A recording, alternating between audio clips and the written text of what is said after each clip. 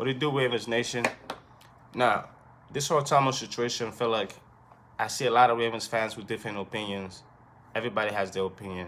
Well, here is mine.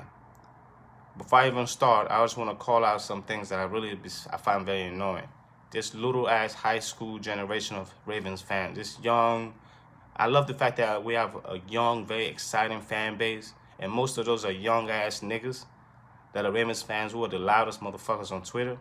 But what pisses me off the most about these young punks that literally became Ravens fans after Lamar got here, some of these fuckers have never even been to the city of Baltimore, let alone been to a game, let alone be season ticket holders, like some of us are, for this franchise for many years. Like, I was a fan before some of these young niggas were born. It's this young Ravens fans that are so quick to call somebody a casual because they wanted Earl Thomas gone. You guys don't know nothing about Raven football if you didn't think Earl Thomas was not on his way out of town. If you knew anything about Ravens football, you should have known he was on his way out from last year, from that Brandon Williams situation against the Browns. A game that he had Earl Thomas had as much as anybody fought while we lost that game. The man gave up at the 50-yard fucking line on the game-sealing touchdown by Nick Chubb. A play that I was literally right next to the sideline. I watched the whole thing go down.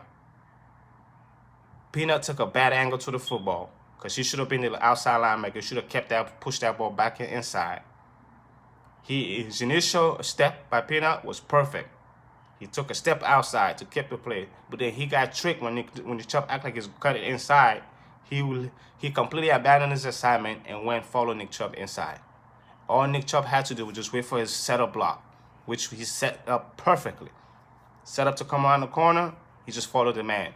And Tony Jefferson's mistake was letting that outside the blocker get the edge on him.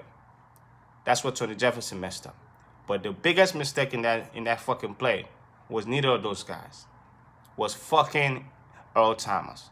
I was right there on the sideline with the fellow season ticket older members of mine, and everybody in there literally got up and left the ball game. I didn't. I stayed to the end because I still thought we were going to win that game. Now, we didn't, but it goes to show you my confidence in this team. But a lot of the fellow people understand they all got up and left right after that play because it deflated the whole fucking stadium. Everybody saw what happened. Earl Thomas gave up at the 50-yard line. It was a 92-yard run by Nick Chubb, but really Nick Chubb could have jogged. He could have walked backwards. He could have crawled to the end zone the last 50 yards because nobody was chasing this man. The last person that had a chance to chase him, Earl Thomas, didn't do it. Didn't fucking do it. The man gave up. That was not a Raven play. But that, to me, was the second strike with this dude, with the franchise. Not his teammate yet. His teammates still haven't really got sick of him yet. Now, it's building, but he hasn't gotten to the peak yet. This is where he started. He started off on the wrong foot. This first day, when Earl got signed, we gave him that big money. We told him, when you come in here, we need you to provide leadership. We have a young secondary. We need you to teach this guy how to study film, how to watch film, how to stay on their ass on the football field, on the practice field, how to get after it. Instead, Earl came in strike one. He was out of shape. The dude was overweighted. He was overweight. He was out of shape, and he literally, that was strike motherfucking one. Any Ravens would tell you that's the shit that pissed off our ball and most Ravens coaching staff. Going to the offseason and coming back in the starter camp, overweight, out of shape. Bernard Pierce had a lot of those issues. What happened to his bum ass when it's time to get paid? Ravens send him packing. Ravens don't like that shit, man. Especially somebody who's been with the franchise like Bernard Pierce, who was with the franchise for a few years, and his dude was coming in every offseason overweighted. He did it last year, too. The dude was always fucking overweight. Couldn't watch his fucking weight. Like, so talented, Pierce was always fucking overweight. It took the nigga halfway through the season before he started playing like himself, because he has to get in shape for half of the season. That shit is fucking annoying, man. That's what Thomas did. We paid this man big money. He was hurt the whole time. This man didn't have no football for like half of the year because he missed half of the season because he was hurt. This man was not in shape. That alone ticked the Ravens off. It ticked them off because the Ravens didn't look at him when they signed the contract. They gave him that contract based off his name and desperation. But then when he came to camp and they saw how fucking overweight he was, they were not happy, man. And then that's not even what pissed them off. What pissed these dudes off, because they know he was hurt, they sent him like a basic overall, a basic summary of their playbook. This is something they give to every new guy on the team, so a new free agent that come on the roster. Before cap, this, as soon as you sign, they send you just a basic summary, a paraphrase of what the Baltimore Ravens like to do, the key concepts of our defense. And with the hopes that Earl Thomas will look over this shit and he will be advanced by the time he come to camp on our concepts and principle, how we like to attack certain formations of depending on how the offensive come out, which formation the offense came out of. This motherfucker, not only did he seems like he didn't look that shit, this nigga didn't know shit. So when he started that last year, he was overweight, and his teammate had to literally took time out of their fucking getting better to make this nigga catch up. A fucking all-pro, potential Hall of Famer, didn't take the learning the playbook seriously. That's fucking infuriating. To his teammate, that was the strike. That was strike one to the teammate, but strike two to the organization. Come overweight, and now you didn't even learn the plays they sent you to learn. Why you were hurt when you literally have nothing better to do. So it's either you were hurt and you have nothing better to do and you learn the playbook, or you didn't learn the playbook because you was busy working out, but he didn't do neither. The nigga was overweight and he didn't know nothing. So later the team, when he came to camp, instead of picking up from what he already know, they had to teach him every fucking thing, because this nigga didn't even look over the fucking package they gave him to study before camp. So that was strike one with his teammate. They didn't like that at all. Here's a big free agent they're paying so much money for that I'm sure many Ravens within the team wanted that kind of contract. But they know Ravens would never beat that kind of money unless you're super proven. And this man had that kind of contract. And here he is relying on dudes that ain't even that financially stable within the organization to help him catch up. And that's why our culture is so beautiful. Guys were willing to help him catch up. They were willing. And another thing that I heard low-key alienated a lot of teammates was the fact that the way he asked Marlon Humphrey for his number. He came in there expecting to get the number. Now realizing there's already a young, really legit star on the making in Marlon that has 29 already. Many players, I've seen many veterans go to new organizations and don't require shit. Just say, look, I'm going to get a new number, that's fine. That's part of fitting in. I was never interested in fitting in. And nigga, we are not some bum-ass franchise you can just come and run, motherfucker. We've had motherfuckers, the motherfuckers in the league before that come through Baltimore. You ain't a motherfucker at all compared to Ed or Ray or any of those Hall of Famers that come through Baltimore. This nigga wouldn't even compete with those guys. So again, he came in there expecting to be the fucking man, not one of the men. So he came in there asking Marlon, requiring Marlon to give him his number. Apparently Marlon almost didn't give it to him. But I guess the coaches talked Marlon into it because they realized how much of a dickhead this nigga Earl Thomas is over that number.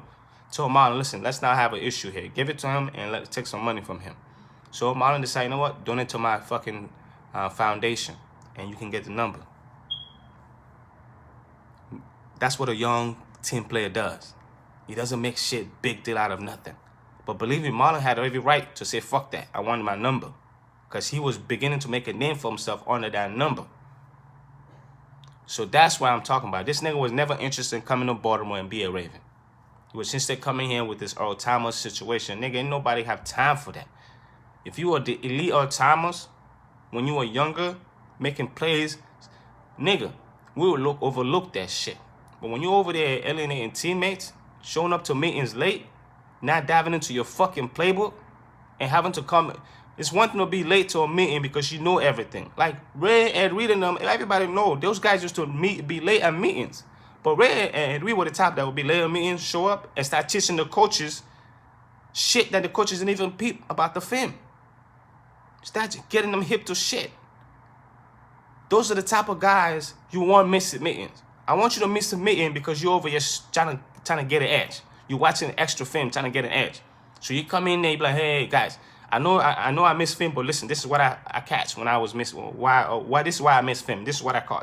This is why I miss practice. This is why I've noticed on film. That's what Ed and fucking Ray was. They mix practice. Every great player does. But they usually come and teach guys and young guys what they know. But this nigga didn't know shit, and he was missing practice.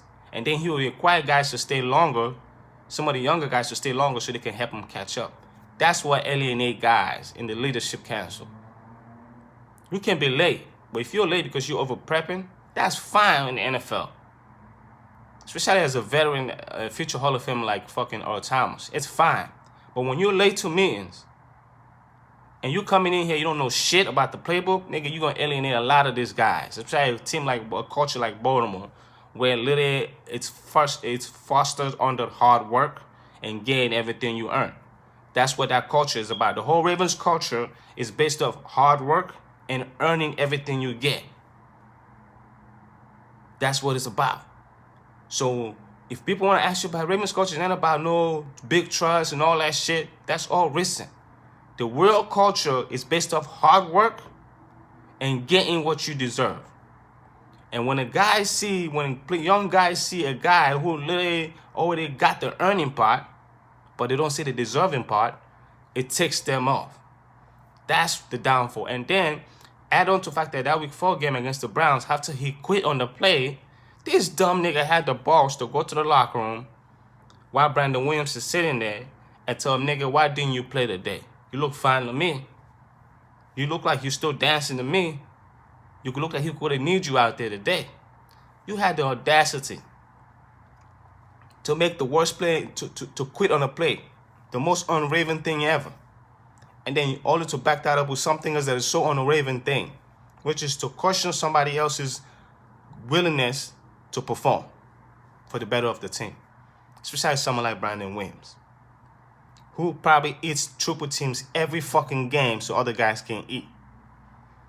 Especially Brandon Williams. That was literally Earl Thomas trying to pretty much get it out of Baltimore. When he did that, many of the guys and it was like, yeah, this guy is off in the head. Something ain't right with this dude. Many of his teammates were like, something ain't right with this dude. And here you are, fast forward now, he's still doing the same shit, freelancing, doing all that dumb shit. But only this time when a teammate like Chuck Clark, the great Chuck Clark, people don't understand, Chuck saved our fucking defense last year. I don't give a fuck what anybody tell you. Chuck Clark saved our fucking D. Without him last year, that defense would have ranked 30 or some shit. Because nobody know play calls. Nobody. We took that part of mostly, we really didn't think that through about just how important it is that signal caller is to a defense. If you have an idiot out there that's signaling your calls, you're going to fucking suck. Even if you have an elite defensive coordinator like Wink and an elite fucking, roster like we had. But we weren't very good because the guys, I don't know what happened between what Wink said and what actually the plays that get called was completely different. So somebody wasn't relaying the calls right, and that was Peanut initially. Then we realized, hell nah, this guy can't do it. So we'll give it to Tony Jefferson. Then we realized, hell no, he can't do it either. People don't realize it takes a different smart motherfucker to process the game and still play fast enough to where you can make plays in the NFL. It takes a different motherfucker. It takes the smartest motherfucker to put that headset on. Because you have coaches talking to you and you have to process this information to your teammate and while at the same time making plays, making sure you're mentally in the game enough to where you don't fuck up. You don't be the reason why your team lost. That's what Chuck Clark did for us. When we didn't have to worry about the calls, our defense took off. When the rolls were coming in and he was getting it out fast, the guys were lining up faster, we took off as a defense. There were times in the earlier part of the year when Earl had the helmet, there were calls being made and we still haven't lined up yet. Why the offense snapped the ball? When we literally, there was like 3-4 guys on our defense still have not fucking properly lined up. Because the calls were still coming in. That's the problem you have with a man like Earl Thomas that don't know the playbook. He created those kind of issues with our franchise. And thank fucking God, Chuck Clark was in-house and the coaches were smart enough to say, you know what? Fuck this. Chuck Clark, go play. You put on the helmet. Fuck Earl Thomas. All pro or not. You put on the helmet, Chuck Clark. You're the smartest motherfucker we have in it. Fuck the credentials you might be lacking, but you're clearly the smartest nigga in here. You know the playbook. Get out there and you call the plays. And little do we know, Chuck actually got some athletic ability too. He showed up, man. Chuck Clark balled the fuck out. Like I fucking thought he would. My man balled the fuck out, man.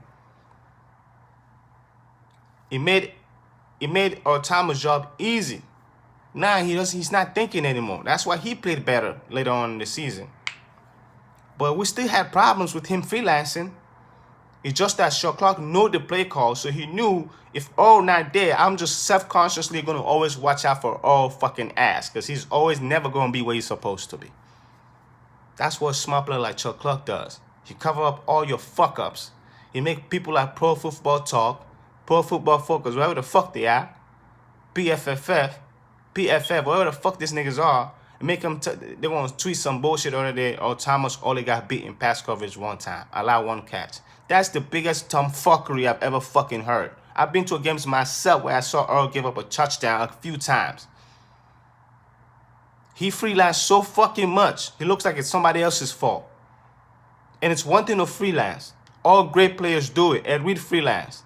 But the greatest players that freelance, they're intelligent freelancers. What does that mean? If you're gonna freelance, you gotta relate that to the other guys, the other safety. You gotta relate that to your DBs. That what are you doing? So guys can at least be aware. Okay, he's taking this chance. Let the other safety go. All right, I'm gonna cheat to your side a little bit, just to make sure that you don't get burned doing what you're doing. That's what made Will Demps such a good teammate with Ed Reed back in the day. Will Demps. Ed Reed's best years was with smart safeties.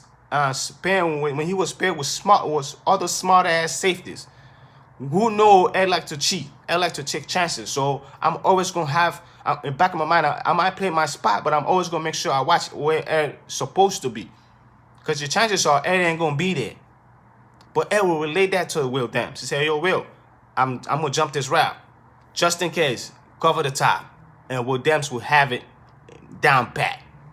Same thing with Jim Leonard. Current Wisconsin Badger defensive coordinator in college. That dude is going to be the best college coach and probably NFL coach one day. In fact, I think if the Ravens job ever leave, I want Jim Leonard. Go get Jim Leonard from Wisconsin to come coach the Ravens. That dude is a fucking monster. He literally reminds me of a young Wink, he's just a Raven, man. He's a Raven, Jim Leonard. Jim Leonard was another guy who was highly successful with Baltimore because why? Jim was so fucking smart. Even though he was small in stature, Jim Leonard was a legit fucking nasty ass strong safety when he was with us.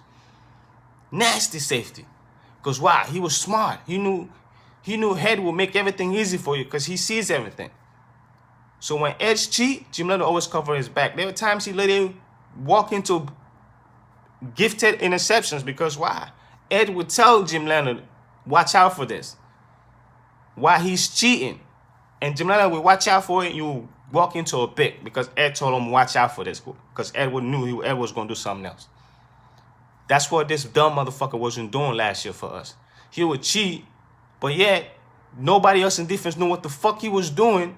So when Nicole Hardman took those 2 long touchdowns in Kansas City over our heads, he looked like it was fucking Anthony Everett that got beat. It was fucking Earl Thomas, bro. Earl Thomas was supposed to be right fucking there. People just don't want to blame him. Earl Thomas made us lose that Kansas City game too last year. He cost us that playoff game too last year against the Texans. Don't even get me started about the stiff arm, because that's going to happen. But he took so many chances last year in the red zone against the Titans, and wherever he was supposed to be, go watch the film. Wherever he lined up initially, that's where the touchdown went. Because why? The Titans give him a chicken bone. They give him a chicken bone. Go ahead. Take the bone. And fucking Earl Thomas bit its time. He bit. Leaving the actual spot he's supposed to cover wide open. That's why you see on the video Chuck Clark throw his helmet. It's the same old circles from last year, bro. Niggas ain't no... These dudes don't want to see that shit again and shit. This team is serious about Super Bowl aspirations, bro. These guys really want to win a Super Bowl. They ain't going through that bullshit with you this year, Earl. Where you can just fuck up with no repercussions. They ain't doing that shit. That's where you see a frustrations like that in practice. When you think something like just happened in one practice, when a guy just threw his helmet at fucking on the floor over something that a future Hall of Famer did. No, that's a habitual offender, and a guy like Chuck Clark, who's probably the smartest safety in football, got fed up with. Because like, bro, how many times do I have to cover for you, bro? It's one thing to cover for you because I know I have to cover for you. It's another thing to look around and see a wide open touchdown when I know the only reason why I didn't go over there because he was supposed to be there. And then you see you cheating down on the line on a fake ass running back swing that they didn't even call. Because you saw the running back going to the flat, you jumped it, leaving your fucking man wide open. That's why he threw the helmet on the floor. It's frustrating, bro, when you have to repeat the same shit to a guy who's supposed to be a vet. So let me get that out the way now, right? Earl showed up to camp fat, out of shape, his first year. Ravens gave him a playbook to study before he came to camp his first year. Not only did he not read it, this nigga didn't know shit. So the team had to start over from ground one to get him catch up to the playbook. That's why it took us to almost week 8 last year for our defense to start playing right. Oh, didn't know shit about our defense. And he looked like it. Go watch the first 5-6 games. He looked like a dumbass just running around, playing on pure athleticism. Nothing about common sense or knowing the game. He looked like a fool that don't know the game. Go watch the fucking highlights, bro. PFF want to tell me he got beat 1 time. Kiss my fucking ass. He got beat hella times last year. Hella times. But he freelance so fucking much and he looks so clueless out there. He looks like when the ball is snapped and when you watch when a guy get beat in Baltimore, oh, it'll be over there somewhere. And then the play would happen over there and it looked like that guy got beat. No. If Earl would have fucking did his shit, he wouldn't have been beat. What people got to realize, another thing I have to say about this, Wink Martindale defense is the easiest defense to understand once you understand it. But if you refuse to learn the defense, it's the most complicated shit you can learn on the fly. It's very fucking complicated. But there were many guys who picked up on the fly that learned it. Because why? They were willing to learn that shit. Or was not willing to learn that shit. Because the way our defense works, sometimes we can call it 5 plays. A whole 5 plays, a whole first half defensively. But in those 5 plays, Baltimore have about 20 different ways to run each one of those 5 plays. So really, 20 times 5, it's 100 fucking plays. Just 5 plays, Baltimore can run 100 snaps. Calling just 5 plays. Because why? Each one of those plays, there's 20 different ways, 20 different responsibilities for each player. So if you have one guy who don't do their responsibility right in one play, you best believe that a smart offensive coordinator can see that and he can fuck you up. That's what happened last year with good, smart offensive coordinators. We got fucked in the ass. Because the smart ones, they know they can throw Earl Thomas a cookie. Every team that gave us problem last year on defense were with offensive coordinators that can throw Earl Thomas a cookie. I'm trying to tell you guys, man. The guy is the most annoying player I've ever seen. And then he did what he did to Chuck Clark, which we're never going to see well with this team. Because they know Chuck Clark saved our fucking asses last year. They know without Chuck Clark, this defense will be absolutely horrible this year. Because there's still nobody on that defense I trust with that helmet, that green dot in their head. Nobody. Nobody. And that's the man you want to hurt. Trying to hurt our Super Bowl chances. You motherfucker. He had to go. He had to go. That's why the Ravens did what they did, folks. This is not personal. It was nothing about not liking Earl Thomas. Earl Thomas never liked us. Earl Thomas was never willing to make himself a Raven. He was never, he never had the mentality of a Raven. It was always about him. That shit might work in Seattle, but in fact, you know what? Now I see why this motherfuckers did only win 1 Super Bowl in Seattle. That Seattle team, the Boom, whatever the fuck you call them, them niggas should have fucking win at least 3 Super Bowls. They had the same situation the Ravens got now. But them, they had way better defensive talent than we have now. That defense was loaded. They should have won at least 3 fucking Super Bowls. 3-4 Super Bowls, they should have. Because they have the same situation we have now, basically. A rookie quarterback on a rookie deal that they got late in, not in the early parts of the first round, but literally a cheap rookie deal. That's Russell Wilson. They had Russell Wilson on a cheap-ass rookie deal. They could have won, literally rack up 3-4 Super Bowls with that defense they had and that team they had. But it's dickheads like him that can keep great teams that are destined for greatness fall short. It's dickheads like Earl Thomas. When you have a guy who don't put in the work as everybody else, and yet those people see this nigga get the shine and the fame as if he put in the work like they do, that will create fraction in the locker room. That will create hate. That will create envy. You want to roll on a team? Bring envious niggas around it. Make niggas envy. We don't want that shit around Baltimore, man. Because we have a roster that can only win 1 Super Bowl.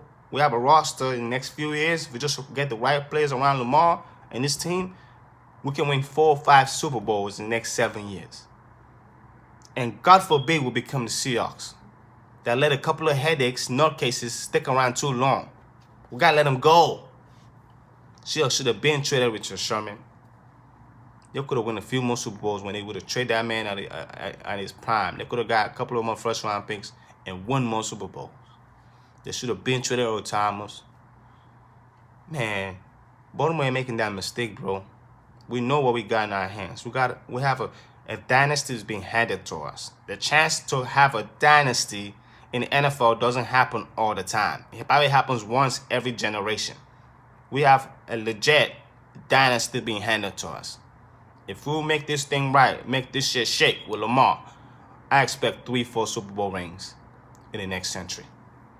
But again, please, I'm sick of this young-ass Ravens fans on Twitter calling people a casual or some shit. You motherfuckers weren't even born when some of us were Ravens fans. So shut the fuck up when a nigga is actually telling you what it is about our franchise.